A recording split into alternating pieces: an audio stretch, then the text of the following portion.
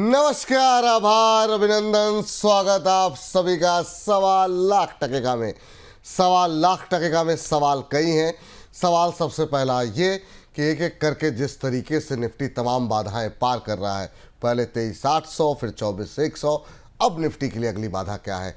क्या 24,350 जो कि अगली बाधा बताई जा रही है, क्या वो रुकावट भी निफ्टी आसानी से पार करता हुआ आगे बढ़ेगा या फिर अब जो है प्रॉफिट बुक करने का समय आ गया है? पहला सवाल। दूसरा महत्वपूर्ण सवाल, एफआईज की जो खरीदारी लगातार पिछले 4-5 कारोबारी सत्र से, खासतौर से 4 कारोबारी सत्र में देखने को मिली है, वो क्या अभी कंटिन्यू बनती हुई दिखाई देगी? पीएसयू बैंक्स की रिकवरी में क्या अभी भी खरीदारी की जा सकती है? क्योंकि जिस तरीके से एक रैली शुरू हुई है, ये रैली कहाँ तक जाएगी? इन तमाम पहलुओं पर बातचीत होगी। इसके अलावा बहुत सारे सेक्टर्स नतीजों पे हमारी नज़रें रहेंगी। आप लगातार हमारे साथ बने रहिए। लेकिन इन सब के बीच में 24,178 का स्तर निफ्टी पे देखने को मिल रहा है, 24,142 का हाई लगाने के बाद। और इसके अलावा एडवांस डिक्लाइन रेशियो पूरी तरीके से बुल के पक्ष में, 1923 शेयर बढ़ के 800 शेयर गिर के कामकाज कर रहे हैं। आज की खास मेहमान आस्था जैन जी हमारे साथ जुड़ चुकी हैं। सबसे पहले उनका वेलकम करते हैं। आस्था मैम, बहुत बहुत स्वागत आपका आज की इस विशेष चर्चा में जुड़ने के लिए। और मैम, क्या शानदार रैली देखने को मिली है बाज़ार के अंदर, और ये उम्मीद नहीं थी कि ये टैरिफ का जो एक भयावह दानव जैसा दिखाई दे रहा था, वो इतनी आसानी से बाज़ार पार करते हुए और इतनी जल्दी जो है वो पुराने लेवल्स देखने को मिलेंगे। कैसे देख रही हैं मैम? अगला रेजिस्टेंस कहाँ पर आपको दिखाई दे रहा है? अभी इस तेजी में क्या करना चाहिए? गुड आफ्टरनून विपुल जी, देखिए, जब हम लास्ट टाइम शो पे जुड़े थे तभी थोड़ा थोड़ा उम्मीद की किरण यहाँ पे जागने लगी थी। और मेरा यही मानना था कि जो भी प्रॉब्लम अब नेक्स्ट आएगी वो चाइना की तरफ से अगर कोई बड़ा कदम नहीं आता है तो इंडिया के लिए मैक्रो लेवल पे वहां से कुछ खराब स्थिति नहीं लग रही थी। जो होना था वो हो चुका था। और अभी भी मैं अपनी राय पे कायम हूँ। इंडिया के अगर अर्निंग सीजन ने अभी भी यहाँ पे सपोर्ट कर दिया और चाइना ने कोई बड़ा रिटेलिएटरी मेजर नहीं लिया अमेरिका के अगेंस्ट में, तो ये जो तेजी है मार्केट की ये और भी ज्यादा बढ़ने की ये तैयार है। और स्पेशली इंडियन मार्केट्स के लिए ये काफी अच्छा मौका है, क्योंकि हमारे लिए डॉलर का यहाँ पे कमजोर होना सबसे बढ़िया पॉइंट है। डॉलर इंडेक्स में देखें तो 99 के आसपास चल रहा है, 100 के नीचे कंफर्टेबली ये अब ट्रेड करता हुआ नजर आ रहा है। तो इंडिया के लिए ये सबसे बढ़िया पॉइंट है। और मुझे लगता है कि हमारे मार्केटों में ये जो तेजी है ये आगे भी जारी रहेगी। आपने रेजिस्टेंस की बात की, तो देखिए अब जिस तरह से यहाँ पे निफ्टी में हमें चाल यहाँ पे देखने को मिल रही है, जो इसका नेक्स्ट लेवल आता है वो 24,200 24,225 का लेवल आता है, जहां तक जाने की निफ्टी पूरी पूरी एक क्षमता रखता है और जहां पे एक रेसिस्टेंस भी निफ्टी को फेस करने को मिल सकता है। तो 24,176 तो चल ही रहा है। मोटा मोटी अगर हम माने तो 24,250 24,270 एक ऐसे लेवल हैं जहां पे थोड़ा रेसिस्टेंस फेस कर सकती है निफ्टी।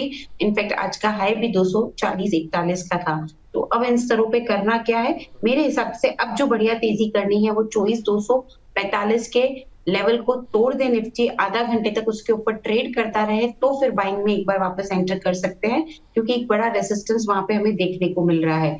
तो ऑलरेडी लॉन्ग पोजीशंस में है वो तो कंटिन्यू करेंगे होल्डिंग अपनी लॉन्ग पोजीशंस की।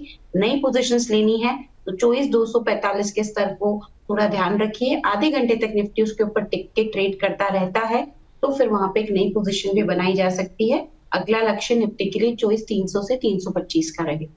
ठीक, चलिए, तो यहाँ पर आपको नज़र रखनी होगी। अब देखना ये है कि इन लेवल्स को भी क्या निफ्टी इतनी मजबूती के साथ पार कर पाता है या नहीं। बड़े सारे दर्शक अपने प्रश्न लेकर के आपके सामने मैम आना चाह रहे हैं, आपसे प्रश्न पूछना चाह रहे हैं। भीम सिंह राजपुरोहित जी कह रहे हैं आस्था मैम को मेरा नमस्कार। तो आस्था मैम ने आपका नमस्कार स्वीकार कर लिया है। प्रवीण गुप्ता जी कह रहे हैं कि विपुल जी, हर आस्था मैम हर हर महादेव। कह रहे हैं विपुल जी, अब आपकी तबीयत ठीक है ना? बिल्कुल ठीक है सर। अब मतलब बिल्कुल ठीक तो नहीं है, लेकिन अब आप लोगों के जो प्रेम है, तो मैंने कहा कि पहले कार्यक्रम जो है करना वो काफ़ी आवश्यक है।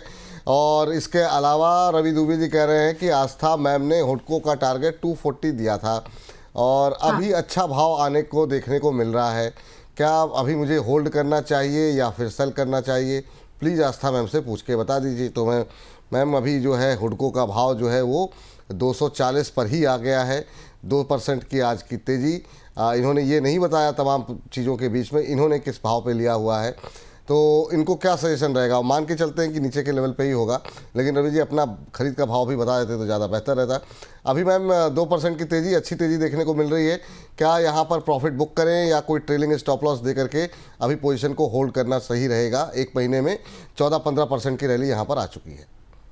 देखिए, मैं आपके साथ जब लास्ट टाइम 15 तारीख को जॉइन हुई थी विपुल जी, तब मैंने आपका जो स्पेशल सेगमेंट आता है, उसमें हुडको में ही मैंने कॉल दिया था। तो मुझे लगता है कि ये उसी कॉल की बात कर रहे हैं, जो कि मैंने हुडको में दी थी। जी उसमें मेरे 2 टारगेट्स थे 237 और 240 के।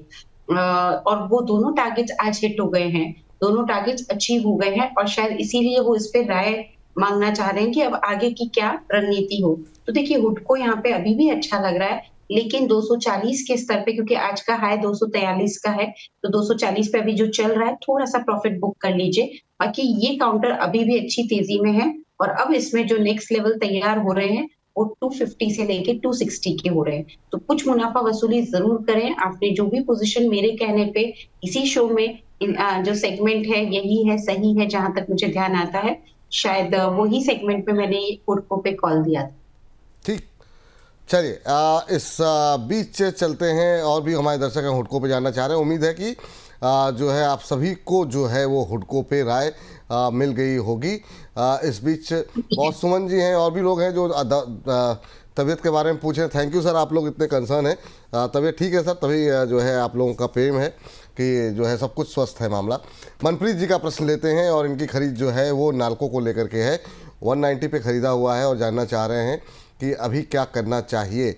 और अभी जो भाव देखने को मिल रहा है नाल्को में 160 के आसपास चल रहा है, तो 30 रुपये के आसपास के नुकसान में है। मेटल को लेकर के अभी क्या स्ट्रेटजी होनी चाहिए मैम, ख़ास तौर से जो इंटरनेशनल सिनेरियो चल रहा है उसमें, उसको ध्यान में रखते हुए क्या अभी पोजीशन बनाए रखें, निकल जाएं? ख़ास तौर से एल्यूमिनियम में आपकी टिप्पणी क्या होगी नाल्को को लेकर के? देखिए, मेटल्स की बात करें तो इनफैक्ट आज भी हमने देखा कि सरकार की तरफ से कुछ जो ड्यूटी लगाई गई थी, उसकी वजह से एक बार सारे मेटल काउंटर्स में थोड़ी-सी तेज़ी आई। लेकिन वो तेज़ी बहुत ज़्यादा एक्साइटमेंट नहीं था उसमें, क्योंकि जितना हम लोग एक्सपेक्ट कर रहे थे, उतनी ड्यूटी नहीं लगी थी, ड्यूटी थोड़ी कम लगी थी। क्योंकि जिस तरह से अब चाइना और अमेरिका का ये जो ट्रेड वॉर हो रहा है, तो काफ़ी ज़्यादा संभावना ये बन जाती है कि चीन को अब जो डंपिंग करनी रहेगी, उसके लिए उनको भारत एक देश दिखाई दे सकता है और उसी चीज़ का इंटरेस्ट को बचाने के लिए सरकार की तरफ से ये ड्यूटी भी लगाई गई। तो मेटल स्टॉक्स मुझे तो ओवरऑल ठीक ही लग रहे हैं, कोई बहुत बड़ी दिक्कत लगती नहीं है। स्पेशली अब आपने यहाँ पे नाल्को के लिए पूछा है, नाल्को भी अच्छा लगता है, ऐसा कुछ बड़ा दिक्कत है नहीं। होल्ड करने की राय इस काउंटर पे रहेगी और इसमें एक बड़ा जो रेजिस्टेंस है वो 170 के स्तर पे है। एक बार वो लेवल अगर ये क्रॉस कर देगा तो बहुत बढ़िया तेज़ी और ज़्यादा हमें देखने को मिलेगी। बने रहना है नाल्को में। पहला टारगेट 180, दूसरा टारगेट 190 का रहेगा। स्टॉप लॉस के तौर पे चाहें तो ये जो लेवल अच्छा लगता है वो 150 के आसपास लगता है। ठीक। इस बीच विजय प्रजापति जी जानना चाह रहे हैं कि अभी IRFC में क्या टारगेट हो सकते हैं। IRFC को लेकर के, रेलवे को लेकर के हम लोगों ने काफ़ी बातें की हैं। इसके अलावा आपके बाकी जो शेयर हैं उसका भी बताते हैं आपको उत्तर कहाँ मिलेगा, लेकिन पहले ज़रा IRFC भी बात कर लें। आज जो है 132 के आसपास चल रहा है मैम। अभी रेलवे को लेकर के मैम अभी क्या व्यू है? रिकवरी जो है ओवरऑल PSUs में अब देखने को मिल रही है धीरे धीरे करके। रेलवे शेयर इधर थोड़े से सुस्त हुए हैं, क्या सलाह रहेगी IRFC को लेकर के? 132-33 पे चल रहा है, ये पता नहीं इन्होंने किस भाव पे लिया हुआ है। देखिए, रेलवे शेयर्स में मेरे को तो अभी भी ठीक लग रहा है ये काउंटर। IRFC भी ठीक लग रहा है और ओवरऑल भी रेलवे स्टॉक, क्योंकि अब जो मार्केट में तेजी आई है उसमें ज्यादातर सभी बढ़िया परफॉर्म कर रहे हैं, तो चलेंगे सभी काउंटर्स। IRFC की बात करें, इन्होंने यहाँ पे नेक्स्ट टारगेट्स की बात की है। मेरे हिसाब से अब जो नेक्स्ट लेवल इसमें हमें देखने को मिलेगा वो काफी ज्यादा इंपॉर्टेंट होल्ड है 138, और 138 का लेवल अगर पार होता है तो फिर 150 से 155 के स्तर हमें देखने को मिल सकते हैं। तो 138 पहला और उसके बाद 155 दूसरा मान के चले। इस काउंटर पे ये टारगेट सेट किए जा सकते हैं। स्टॉप लॉस के तौर पे जो लेवल एकदम प्रॉम्प्ट लगता है कि जहां से मुझे लगता है एक बढ़िया स्टॉप लॉस मेंटेन किया जा सकता है, वो तकरीबन 120 के स्तर पे आता है। तो 120 के स्टॉप लॉस के साथ 155 तक के अल्टीमेट टारगेट्स के लिए होल्ड। ठीक, 138 155 दो टारगेट दिए गए हैं। जो स्टॉप लॉस 120 का दिया गया है उसका अवश्य ध्यान रखें। इसके अलावा विजय जी हमारे जानना चाह रहे थे एनएचपीसी सुज़लॉन के बारे में। तो इन तमाम शेयरों पे जिस पर हम लोग लगातार चर्चा करते रहे आस्था मैम के साथ भी और बाकी दर्शकों के साथ, बाकी एक्सपर्ट के साथ भी, उस पर आज हमने 10 बजे के शो में काफ़ी डिटेल एनालिसिस किया है।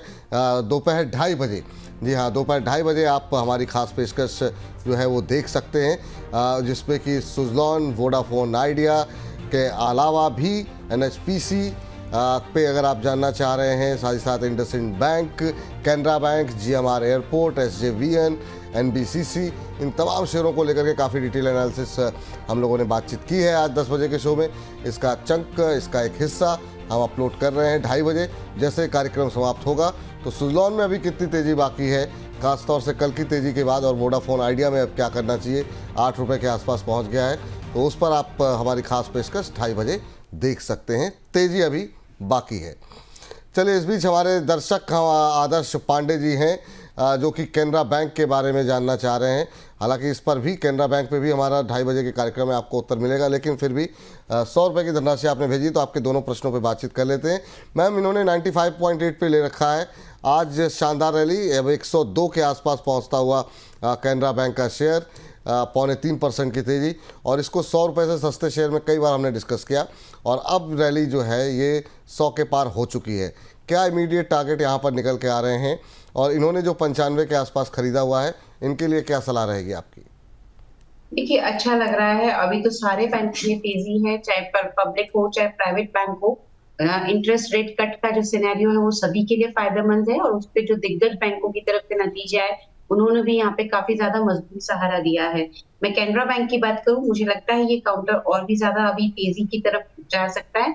101 के आसपास ये अभी काउंटर ट्रेड कर रहा है, 110 तक, यानी कि यहाँ से 10% और ज्यादा ऊपर जाने के चांसेस यहाँ पे साफ लगते हैं। ये काउंटर पे भी बने रहने की सलाह है 110 के टारगेट के लिए, 96 के स्टॉप लॉस के साथ। ठीक, चलिए, तो ये बात कैनरा बैंक को लेकर के निकल के आ रही है। एंजल वन पे भी मैम इनका प्रश्न है, जो कि इन्होंने 2500 के भाव पे लिए हुए हैं। नतीजे आए, नतीजे अच्छे नहीं रहे एंजल वन के, और इन्होंने 2500 की खरीद की हुई है, अभी 2498 ब्रेक इवन पर ही हैं ये। तो क्या जो गिरावट आ चुकी है उसके बाद अब होल्ड करना चाहिए, क्या स्ट्रेटजी रहेगी, क्योंकि दोबारा मार्केट में मोमेंटम है, और ये सब शेयर ऐसे हैं जिस सेक्टर में ये लोग हैं, ये कंपनियां जो हैं वो बाजार की तेज़ी पे काफ़ी हद तक निर्भर रहती हैं। आपकी टिप्पणी क्या होगी इस पर? बिल्कुल, और इसी वजह से शायद मुझे यही लगता है कि कल भी हमने एक अच्छी तेजी देखी थी जो भी कैपिटल मार्केट रिलेटेड स्टॉक्स थे उनमें, और ये तेजी आज भी जारी है। और इसी तेजी की वजह से एंजल वन डिस्पाइट जो भी नतीजे थे एक परफॉर्म करता हुआ नजर आ रहा है। अब जो नेक्स्ट चाल बनती है वो मुझे लगता है कि इसको और ज्यादा अपसाइड पे लेके जाएगी, जिसमें 2590 से लेके हम यहाँ पे जो नए लेवल्स देख सकते हैं वो तकरीबन 2640 के देखेंगे, यानी कि यहाँ से 100-150 पॉइंट की तेजी और इमीडिएटली लगती है। ये काउंटर पे होल्ड करने की सलाह है 2590 से 2640 के टारगेट के लिए। स्टॉप लॉस के तौर पे जो लेवल यहाँ पे ठीक लगता है वो तकरीबन आप लगा सकते हैं 2410। ठीक, उम्मीद करते हैं आपको आपके प्रश्न का उत्तर मिल गया होगा। शुभम पांडे जी कह रहे हैं विपुल सर आपसे आत्मीय लगाव है। थैंक यू शुभम जी, और आपको लगाव है अच्छी बात है, लेकिन आपसे कई गुना ज़्यादा आप सभी दर्शकों के प्रति मेरा लगाव है, और बहुत जो है मतलब आप लोगों के साथ एक जिस तरह की अंडरस्टैंडिंग है वो बहुत ज़्यादा है। तो थैंक यू सर इतने अच्छे अच्छे शब्दों के लिए। दिलीप जी हमारे साथ मौजूद हैं फ़ोन लाइन पर बातचीत करने के लिए। दिलीप जी को नमस्कार। नमस्कार नमस्कार। कैसे हैं सर दिलीप जी? मैं तो मजा में हूँ, आप कैसे हो? आपकी तबीयत पर नादुरुस्त थी। अरे सब मजा में सर, बस ऐसे ही कई बार हो जाता है, बदलते मौसम का थोड़ा बहुत असर हो जाता है। तो थैंक यू, आप लोग इतना कंसर्न दिखा रहे हैं। हाँ सर, अपनी तबीयत का ख्याल रखना। अरे बिल्कुल सर, थैंक यू सर इतना ध्यान रखने के लिए। Thank you Dilip sir. कहाँ से बोल रहे हैं सर? जामकुड़ा राजकोट। ओह बहुत बढ़िया सर, बहुत अच्छी जगह से बोल रहे हैं सर। मतलब 1-2 साल पहले करीब जाना हुआ था। बड़े खूबसूरत लोग हैं और बहुत ही अच्छी जगह है राजकोट। बताइए सर क्या प्रश्न है आपका? मैं टाटा मोटर पे सवाल है, 652 के मैंने 50 लिए है, अब मैं 50 और रेट करना चाहता हूँ। 652 पे लिया हुआ है ना? हाँ अच्छा, 652 पे लिया है 50 और 50 और ऐड करना है चाहता हूँ, तो किस लेवल पर कर सकता हूँ? कब तक होल्ड करने के लिए सोचा हुआ है वैसे? 1 साल। 1 साल, ठीक। मैम दोबारा जो है जो रुझान नेगेटिव था टाटा मोटर्स पे, काफ़ी हद तक पॉजिटिव होता हुआ फंडामेंटली दिखाई दे रहा है।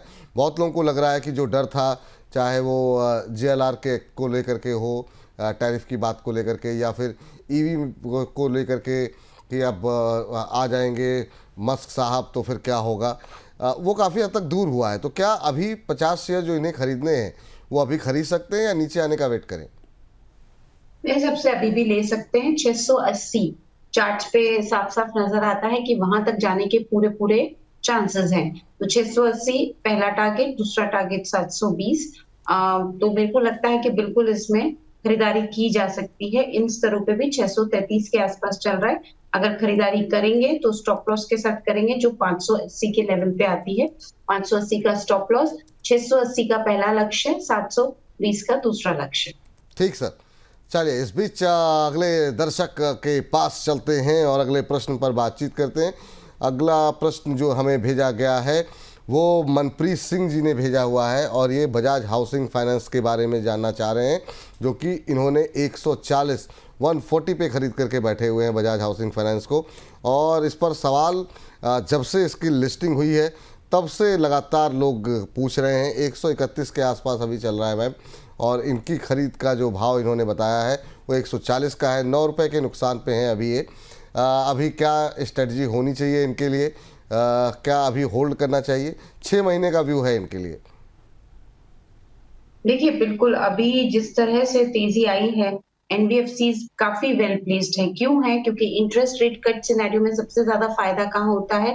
बैंकिंग स्टॉक्स और एनबीएफसी स्टॉक्स को, इन कंपनियों को क्योंकि फायदा होता है। अच्छा, दूसरी बात ये है कि बजाज हाउसिंग फाइनेंस में एक चीज जो बहुत अच्छी है कि इसका प्रमोटर बैकग्राउंड तो स्ट्रांग है, लेकिन हम आरओई और जो हम रिटर्न ऑन असेट रेशियो देखते हैं कोई भी एनबीएफसी के लिए, आरओए 2.5% है, बढ़िया माना जाता है। आरओई 11% है, बढ़िया माना जाता है। 55% पोर्टफोलियो कहाँ से आ रहा है? हाउसिंग फाइनेंस से आ रहा है। तो फंडामेंटल्स में मुझे वेल प्लेस लगते हैं। एक ही प्रॉब्लम थी कि वैल्यूएशन थोड़ा ज्यादा था और उसी वजह से थोड़ा हमने देखा कि ये स्टॉक ने भी करेक्शन दिखाया। पर अभी मुझे लगता है ये जो तेजी आई है ये इसको फर्दर एनहांस कर सकती है 147 से 150 तक के टारगेट्स के लिए। तो बिल्कुल इसमें पोजीशंस को बनाए रखें। 150 के टारगेट के लिए स्टॉप लॉस 120 का रखा जा सकता है। चलिए, तो ये राय बजाज हाउसिंग फाइनेंस को लेकर के निकल के आ रही है। और इस बीच एक दर्शक का तरुण हमारे साथ मौजूद हैं। तरुण जी को नमस्कार। नमस्कार सर। नमस्कार तरुण जी, कहाँ से बोल रहे हैं? जोधपुर से बोल रहे हैं सर। जोधपुर राजस्थान से। सर यहाँ इतनी गर्मी पड़ रही है तो जोधपुर में तो और बुरी हालत होगी गर्मी की। बहुत ज्यादा है सर, बहुत है ना, गर्मी बहुत एकदम से तेजी से बढ़ गई पिछले कुछ दिनों के अंदर। हाँ सर बताइए, क्या प्रश्न है आपका? सर एनबीसीसी ले रखा है, 319 शेयर है, 160 रुपए के भाव पर। 105 107 107, ठीक है। और कब तक होल्ड कर सकते हैं एवरेज की सर? बात है सर। 6 महीने से तो कर ही रहा हूँ अभी, और कितना टाइम अब वापस थोड़ा आप होने लगा है। मैंने कहा एक बार व्यू लेते हैं मैम। अब तो सर आपकी खरीद के भाव के आसपास आ गया है। कब लिया था वैसे जी आपने? सर लगभग हो गए 3-4 महीने हो गए। ठीक है सर, चलिए जो है थोड़ा धैर्य आपने रखा, अच्छी बात है। और ये भी शेयर एक ऐसा है जिस पर हमने काफ़ी डिटेल में जब भी 100 रुपये से सस्ते शेयरों की बात कर रहे थे तो बात करते थे एनबीसीसी को लेकर के। और ये भी अब 100 रुपये के ऊपर ट्रेड करते हुए चल रहा है और एक 19% की तेज़ी रही है पिछले 1 महीने के अंदर। अब मैम 5-6 रुपये की दूरी रह गई है इनकी खरीद भाव से, और क्या सलाह रहेगी? अभी वेट करें, होल्ड करना चाहिए एनबीसीसी को? बिल्कुल 5-6 रुपए की दूरी है और ये दूरी भी हमें कवर होती हुई नजर आएगी। तो यहाँ पे बने रहें। स्टॉप लॉस इसमें पहला मैं टारगेट देना चाहूंगी। टारगेट की बात करें तो 120 तक के टारगेट्स यहाँ पे हमें देखने को मिल सकते हैं। अब मैं आपको स्टॉप लॉस अगर यहाँ पे बताऊं तो स्टॉप लॉस के तौर पे मुझे लगता है 88 का लेवल अच्छा है। तो 88 का level as a stop loss रखें, 120 का लक्ष्य रखें। ठीक, चलिए इस बीच आईसीजी का प्रश्न लेते हैं। आईसीजी के ने बहुत सारे प्रश्न पूछे हुए हैं। 2 बैंक हैं, चलिए दोनों बैंकों पे प्रश्न लेते हैं।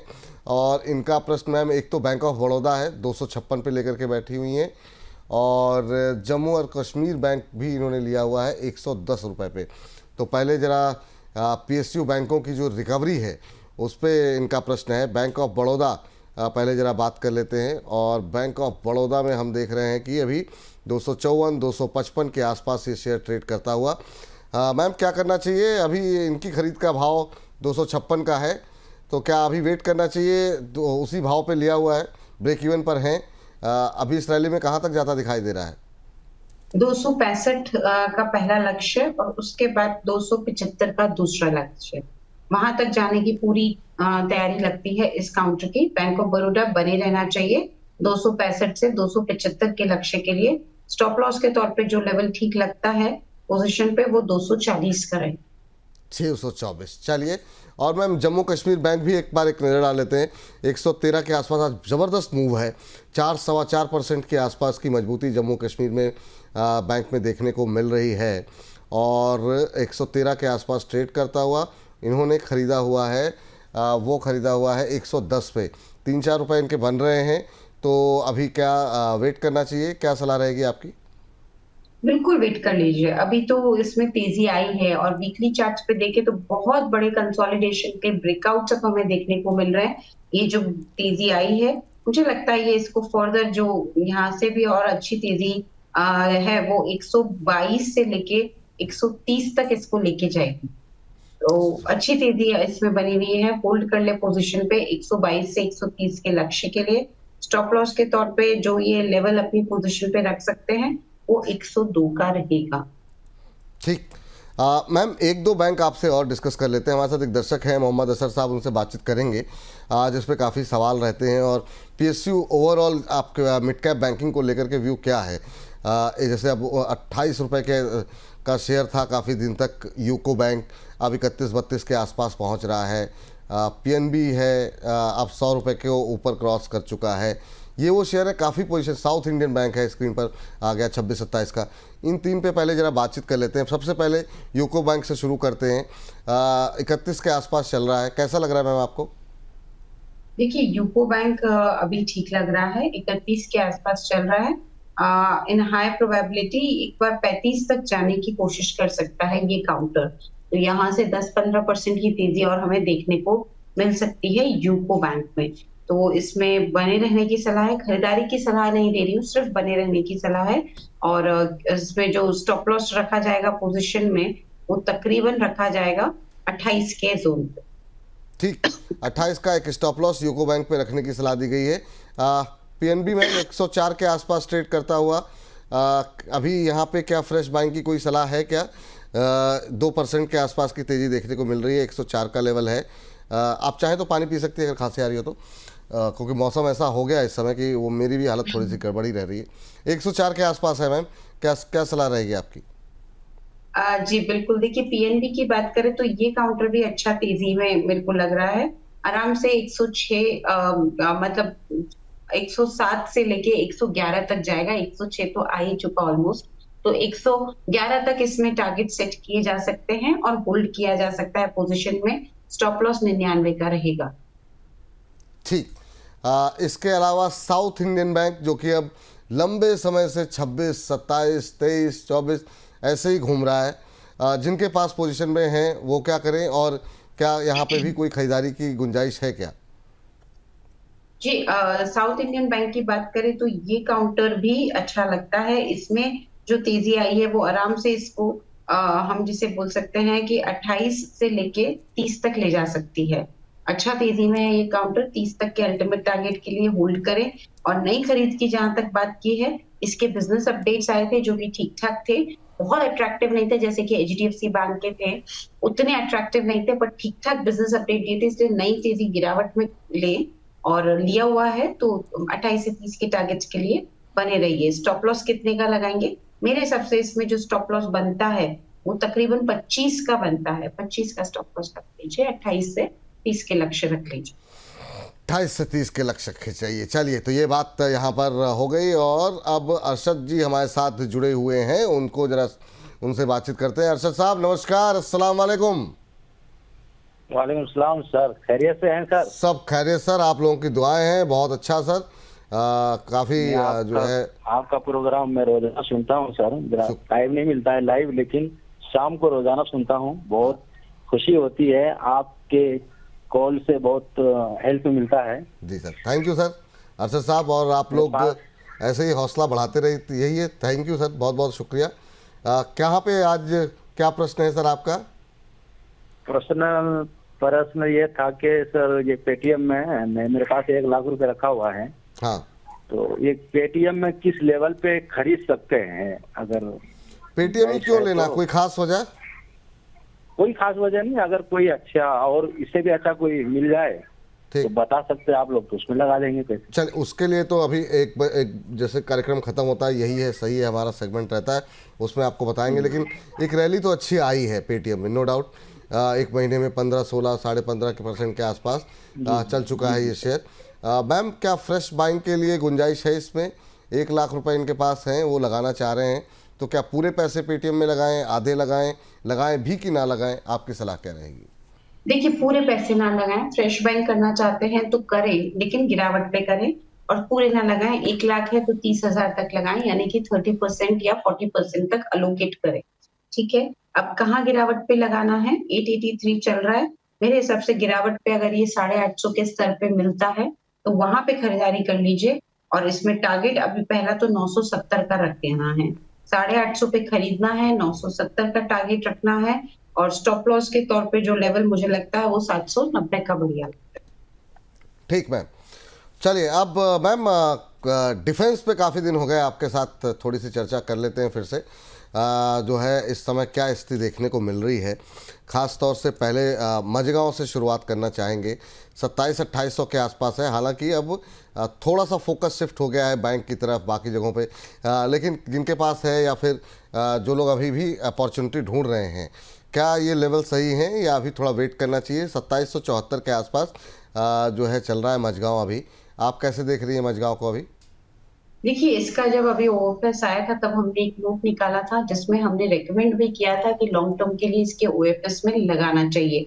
मेरे हिसाब से फ्लोर प्राइस शायद 2400 या 2500 रुपए के आसपास का था, मुझे जहां तक ध्यान आता है 2400 के आसपास का फ्लोर प्राइस भी रहा होगा। और उसके बाद से तो बहुत बढ़िया तेजी आ गई है। ये एक ऐसा काउंटर है जो अच्छी तेजी ये दिखा रहा है और अब जो नेक्स्ट टारगेट्स के लिए ये तैयार हो चुका है, मेरे हिसाब से वो आराम से, जिसे हम बोलते हैं, क्योंकि बढ़िया तेजी है तो इसमें नेक्स्ट टारगेट 2900 तक के बन रहे हैं। तो 2900 तक के टारगेट्स के लिए बिल्कुल ये काउंटर अच्छा लगा है। गिरावट पे खरीदारी करनी है, तुरंत खरीदारी नहीं करनी, और लिया हुआ है तो होल्ड करना है। गिरावट में कहाँ तक खरीदारी देख सकते हैं? 2774 चल रहा है, 2710 के जोन में अगर मिलता है तो वहां पे नई खरीदारी भी की जा सकती है। स्टॉप लॉस इसमें लगेगा 2520 का। ठीक मैम, बीईएल और बीडीएल के भी अगर आप चार्ट निकाल सकें। अभी 303 पे है, थोड़ा ठंडा पड़ रहा है, क्या यहाँ पे अभी फ्रेश एंट्री ली जा सकती है क्या बीईएल को लेकर के?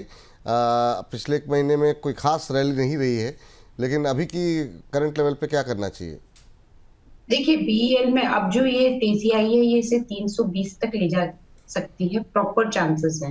करना क्या है, खरीदारी कर ले सकते हैं तो अभी करिए, और थोड़ा लोअर लेवल पे करेंगे तो और भी बढ़िया, 298 के जोन में तो और भी अच्छा। पर इसमें 298 के जोन में अगर खरीदारी रख करते हैं तो 324 का एक स्टॉप लॉस जरूर लगाएं। और इसमें 298 पे अगर खरीदारी करते हैं, माफ कीजिए, टारगेट 324 का लगाएं और स्टॉप लॉस 280 का लगाएं। जी, 280 का स्टॉप लॉस आपको लगाने की सलाह दी जा रही है। इसके बाद जरा बात कर लेते हैं बीडीएल को लेकर के। 1417 के आसपास चल रहा है, आज करीब 0.25% के आसपास की गिरावट देखने को मिल रही है। एक महीने में 4-5% की रैली जरूर देखने को मिली है। अभी बीडीएल पे क्या करना चाहिए मैम? बीडीएल थोड़ा सा आज वीक हुआ है, मेरे को लगता है कि ये जो वीकनेस आई है ये इससे थोड़ा और नीचे ले जा सकती है, जिसमें 1400 से लेके 1395 तक के लेवल्स तक ये नीचे में जा सकता है। वहां तक जाने की गुंजाइश है, लेकिन लॉन्ग टर्म के लिए होल्ड करना है इस काउंटर को, और टारगेट इसमें रखना है 1520 का। 1520 का, चलिए ठीक है। ये है बीडीएल। एक शेयर और, वो है एचएल, जिसको कि अभी 4300 के आसपास ट्रेड करता हुआ, 8-9 रुपये नीचे यहाँ पर ट्रेड करता हुआ दिखाई दे रहा है। अब देखना ये होगा कि अब रिजल्ट में किस तरीके के इन लोगों के रिजल्ट्स आते हैं, वहाँ पे सबकी निगाहें निश्चित रूप से लगी हुई होंगी। मैम, क्या टिप्पणी रहेगी आपकी एचएल को लेकर के? HL भी देखिए चार्ट्स के हिसाब से ठीक लग रहा है, 4500 तक जाने की बिल्कुल गुंजाइश है। यहाँ से 300 पॉइंट ऊपर मुझे जाने की पूरी गुंजाइश लगती है। तो इसमें लेकिन थोड़ी गिरावट पे खरीदारी करें। 4297 चल रहा है, मेरे हिसाब से 4225-30 ये जोन में 4230 पे खरीदारी करने की सलाह रहेगी। इसमें 4590 के टारगेट के लिए, और स्टॉप लॉस के तौर पे जो लेवल यहाँ पे रखा जा सकता है वो तकरीबन 4050 का रहेगा। ठीक, तो ये हो गया 4-5 शेयर डिफेंस के। अब जरा फोकस करते हैं अगले सेगमेंट पे जो कि है पावर का। और पावर से जुड़े अगर आप लोगों के जो सवाल हैं उसको भी हम इसमें शामिल करने की कोशिश करेंगे। जैसे सैयद हैदर इकबाल साहब का प्रश्न आया है और वो है नमस्कार विपुल सर, आस्थामैन इरिडा को लेकर के इनका प्रश्न है। 173 पे इन्होंने लिए हुए हैं, 1150 शेयर। कह रहे हैं कब तक इसमें बने रहे, प्लीज़ नियर टर्म टारगेट और स्टॉप लॉस बता दें। बिल्कुल सर, वन इरिडा जो है एक शेयर जिसमें कि हम देख रहे हैं काफ़ी पोजीशंस लोगों की रही है और हर लेवल पे रही है। 0.25% की आज तेज़ी है, इंट्राडे हाई पे ट्रेड करता हुआ बिल्कुल। और मैम अभी इरिडा पे कितना अपसाइड है? 200 के आसपास का लेवल क्या भविष्य में संभव है? पहली रुकावट कहाँ पर होगी और अभी खरीदारी की कोई गुंजाइश है क्या? 190 तक का देखो टारगेट यहाँ पे दिख रहा है, इरिडा के अंदर गुंजाइश लगती है, फिर उसके बाद 200 भी जाएगा। स्टॉप लॉस यहाँ पे 167 का, तो 167 के स्टॉप लॉस के साथ इसमें होल्ड किया जा सकता है। खरीदारी करने के लिए करंट लेवल से थोड़ा नीचे आता है, तकरीबन 170 के आसपास, तो खरीदारी भी की जा सकती है। अब लेकर के आते हैं पावर पैक में एनटीपीसी एक और पीएसयू कंपनी जिसमें कि बीच में काफ़ी अच्छा मोमेंटम बनते हुए दिखाई दिया था। आज आधे पौने % के आसपास की गिरावट है। हालांकि ओवरऑल एक महीने में 1-1.5% का निगेटिव रिटर्न ही यहाँ पर देखने को मिला है। मैम एनटीपीसी पे अभी क्या राय रखी जाए? क्या जिनके पास पोजीशन है वो होल्ड कर सकते हैं या फिर आपको सुस्त दिखाई दे रहा है? वैसे तो चार्ट्स पे सुस्त लग रहा है, लेकिन पोजीशन है तो बिल्कुल होल्ड कर लीजिए, कोई दिक्कत नहीं है। कहां तक जा सकता है? डाउन साइड में 362 चल रहा है, मेरे हिसाब से 350 तक जा सकता है, तो 348 का एक स्टॉप लॉस लगा दीजिए। तो 348 के स्टॉप लॉस के साथ एनटीपीसी को होल्ड करना है। अल्टीमेट टारगेट इसमें जो हमको देखने को मिलेगा वो आराम से 380 से 400 का है। ठीक, मोहम्मद आसिफ साहब से बातचीत कर लेते हैं। आसिफ साहब नमस्कार। नमस्कार सर, नमस्कार। अस्सलाम वालेकुम। वालेकुम सलाम सर। कहाँ से बोल रहे हैं सर? सर मुंबई से बात कर रहा हूँ, साउथ मुंबई से बात कर रहा हूँ। साउथ मुंबई से बात कर रहे हैं, बहुत अच्छी बात सर। बताइए सर क्या सवाल है आपका? सर एनटीपीसी का जो शेयर है ना मेरे पास अवेलेबल है, तो उसको मेरे को एवरेज करना है सर। आपने किस लेवल पे लिया हुआ है? मैंने एनटीपीसी से 700 के बाद एवरेज करके मेरा अभी तक आया हुआ है सर इसका। एवरेज कितना बताया आपने? हेलो, हाँ, एवरेज प्राइस क्या बताई आपने? एनटीपीसी का सर 300, मेरे पास 575 55 तक गया सर। 575 पे एवरेज आई है आपकी? आपकी खरीद से तो बहुत दूर है सर। पूछते हैं मैम एवरेज करना चाह रहे हैं, काफ़ी ऊपर की खरीद है, क्या अभी एवरेजिंग के लिए ये सही कैंडिडेट है? क्या करना चाहिए आसिफ साहब को? 347 के आसपास आए तो एवरेज करिए, 347 350 के जोन में आए तो फिर एवरेज करिए, अभी ना करें सर। चलिए इस बीच जो है अगली कंपनी लेकर के आते हैं टाटा पावर पैक पे जब बात हो रही है तो पावर पे मैम 391-92 पे चल रहा है टाटा पावर का शेयर। और क्या इसमें अभी बढ़ती गर्मी का जो असर है, क्या अभी और बाइंग की जा सकती है? करंट लेवल पे कहाँ तक जाता हुआ दिखाई दे रहा है आपको टाटा पावर का शेयर? चार्ट्स में हालांकि अगर देखें तो बहुत उत्साहजनक स्थिति तो नहीं है, लेकिन फिर भी आपकी क्या सलाह रहेगी? देखिए टाटा पावर आपके साथ लास्ट वीक भी यही है, सही में काउंटर पे मैंने बाइंग कॉल भी दिया हुआ है, तो हमारा कॉल अभी चल रहा है। मैंने बाइंग 370 पे दिया था और टारगेट 410 से 412 के थे, तो वो राय पे मैं अभी भी कायम हूँ। टाटा पावर में तेजी लगती है, 410 तक का एक सफर तय करता हुआ नजर आ सकता है। ये काउंटर बने रहने की सलाह रहेगी इस काउंटर पे, और इसमें जो टारगेट हम यहाँ पे तय कर सकते हैं वो तकरीबन आप ये मान के चलिए कि यहाँ पे 370 का टारगेट तय किया जा सकता है। ठीक, पावर ग्रिड मैम 313 के आसपास चल रहा है, इसमें बीच में एक अच्छा मोमेंटम बनता हुआ दिखाई दिया था। फिर सुस्ती आई है, अभी क्या करना चाहिए? 313 के आसपास पिछले एक महीने में 6-7% के आसपास की रिकवरी रही है इस शेयर के अंदर। देखिए पावर ग्रिड अभी थोड़ा और नीचे आ सकता है, चार्ट्स पे ऐसा लग रहा है, तो अभी नहीं इसमें खरीदारी करनी है, नीचे आने पे करनी जरूर है खरीदारी। लॉन्ग टर्म में ये अच्छा तेज रहेगा। कहाँ तक नीचे में करनी है? 313 चल रहा है बिल्कुल, तो यहाँ पे 308 307 के जोन में ये आए तो खरीदारी भी कर सकते हैं इस काउंटर पे। और इसमें जो टारगेट्स यहाँ पे पावर ग्रिड में सेट किए जाएंगे वो आराम से हम बोल सकते हैं 325 से 330 के 335 तक के इनिशियल टारगेट। ठीक मैम, लास्ट के दो काउंटर पावर को लेकर के पीएफसी और आरईसी। पीएफसी अभी चल रहा है 1.25% ऊपर 442 के आसपास, और आरईसी चल रहा है 444 के आसपास। इनमें से बेटर कौन सा लग रहा है आपको? अभी पीएफसी अगर देखें तो क्या सलाह रहेगी? पीएफसी के चार्ट अब जरा रिफ्रेश कर लीजिए, 1.5% की तेज़ी है इसमें, तो थोड़ा सा इसको रिफ्रेश करके लेके आइए जी। तो मैम क्या सलाह रहेगी आपकी पीएफसी और आरईसी पे? देखिए दोनों ही अच्छे काउंटर लग रहे हैं। सबसे पहले मैं पीएफसी की बात करूं तो ये जो तेजी आई है ये इसको 474 तक आराम से लेके जाएगी, 470 74। तो पीएफसी में तेजी करनी है, खरीदारी भी कर सकते हैं गिरावट पे 470 74 के लक्ष्य के लिए। स्टॉप लॉस जो पसंद आता है पोजीशन में वो तकरीबन यहाँ पे रहेगा 420 के आसपास जी। और आरईसी पे मैम? आरईसी अच्छा लगता है, ये काउंटर में भी अच्छी तेजी है। मेरे को लगता है आरईसी में ये जो तेजी आई है ये इसे फर्दर अपसाइड की तरफ लेके जाएगी।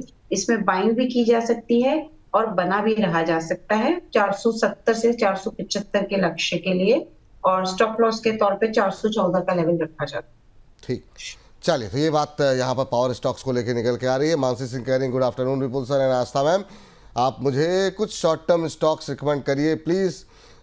तो बिल्कुल शॉर्ट टर्म स्टॉक्स आपको रिकमेंड किए जाएंगे, लेकिन वो आपके कार्यक्रम के आखिर तक उसके लिए आपको बने रहना पड़ेगा। यही है सही है सेगमेंट में आस्था मैम से पूछेंगे अभी क्या करना चाहिए।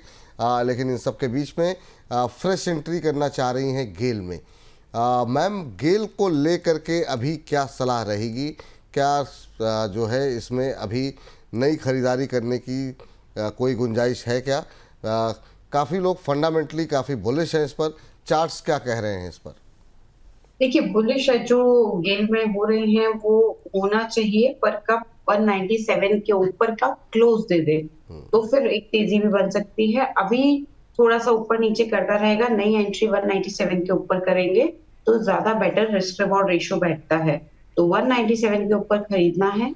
स्टॉप लॉस यहाँ पे जो पोजीशन पे रखेंगे वो 180 का रखेंगे, और टारगेट इसमें हम रख सकते हैं आराम से, जिसे हम बोलते हैं 212 के पहले और 230 के दूसरे, 230 के दूसरे। ठीक, चलिए, भरत प्रजापति जी हमारे साथ जुड़ चुके हैं, उनसे बातचीत करते हैं। भरत जी को नमस्कार। ओहो, भरत जी से संपर्क टूट गया। चलिए, क्या ही किया जाए। SJVN के ऊपर इनका प्रश्न था, खरीद का भाव अगर पता हो तो मुझे सूचित कर दीजिए, और अगर नहीं पता है तो कोई बात नहीं, हम SJVN पे ऐसे ही डिस्कशन में ले लेते हैं। SJVN अब ये नहीं पता ये खरीदना चाह रहे थे, 89 पे खरीदा हुआ। अच्छा, सूचना आ गई 89 पे, जो हम हमारे प्रोड्यूसर साहब को इन्होंने बताया है। 10 रुपये ऊपर इनकी खरीद से आ चुका है। ये भी शेयर ऐसा है जो कि हमने लगातार जिस पर जो है बातचीत की है 100 रुपये से सस्ते शेयरों में, और ये भी अब 100 रुपये पर पहुंच चुका है। मैम 10 रुपये बन रहे हैं, 11 रुपये इनके, क्या करना चाहिए? थोड़ा सा प्रॉफिट बुक कर लेना चाहिए, पर बाकी का पोजीशन भी होल्ड करना चाहिए 89 के स्टॉप लॉस के साथ। और इसमें जो टारगेट हमें देखने को मिलेगा वो आराम से हम 123 तक के रख सकते हैं। 123 तक के रख सकते हैं, ये सलाह है। और आपको बता दें SJVN भी हमारे जो 2:30 बजे का शो है उसका हिस्सा रहेगा। इसके अलावा सुज़लॉन, वोडाफोन, इस पर जो सवाल आ रहे हैं इन सबको आपका उत्तर मिलेगा दोपहर 2:30 बजे। देखना मत भूलिए। अब महज 1 घंटे से भी कम का समय रह गया है, तो आप कार्यक्रम देख करके अपनी टिप्पणी हमें अवश्य देखिए कि आखिर में जो वोडाफोन है या फिर कैनरा बैंक है, सुज़लॉन है, कितनी तेज़ी, जो लगातार मोमेंटम में शेयर आते हुए दिखाई दे रहे हैं, इनमें अभी और कितना अपसाइड बाकी रह गया है, क्या टारगेट हो सकते हैं। काफ़ी डिटेल में हमने बातचीत की है रचित खंडेलवाल जी से। तो दोपहर 2:30 बजे जैसे कार्यक्रम ख़त्म हो तुरंत अपलोड हम कर देंगे, आप लोग देख करके अपनी टिप्पणियाँ दीजिए। लेकिन हमारे दर्शक जो है वो ईश्वर चरण जी हैं, और जो कि जानना चाह रहे हैं CESC को लेकर के, और कह रहे हैं कि इसका नेक्स्ट टारगेट क्या होगा। 153 पे लिया हुआ है इन्होंने, और कह रहे हैं कि कहाँ पर एग्ज़िट करें और ये टारगेट कब तक अचीव हो सकता है। तो 7 रुपये आपकी खरीद से ऊपर हो चुका है, लेकिन ये जानना चाह रहे हैं कि एग्ज़िट कहाँ करें और कब तक इसके हमारा टारगेट अचीव होने की उम्मीदें हैं। जी, देखिए, एक तो पहला कि कॉस्ट प्राइस का स्टॉप लॉस लगा के पोजीशन को होल्ड करें। दूसरा सवाल कि टारगेट कितने पे रख सकते हैं। 160 चल रहा है, इसका टारगेट 185 से 190 का रख सकते हैं। स्टॉप लॉस किधर रखेंगे? 150 के साथ।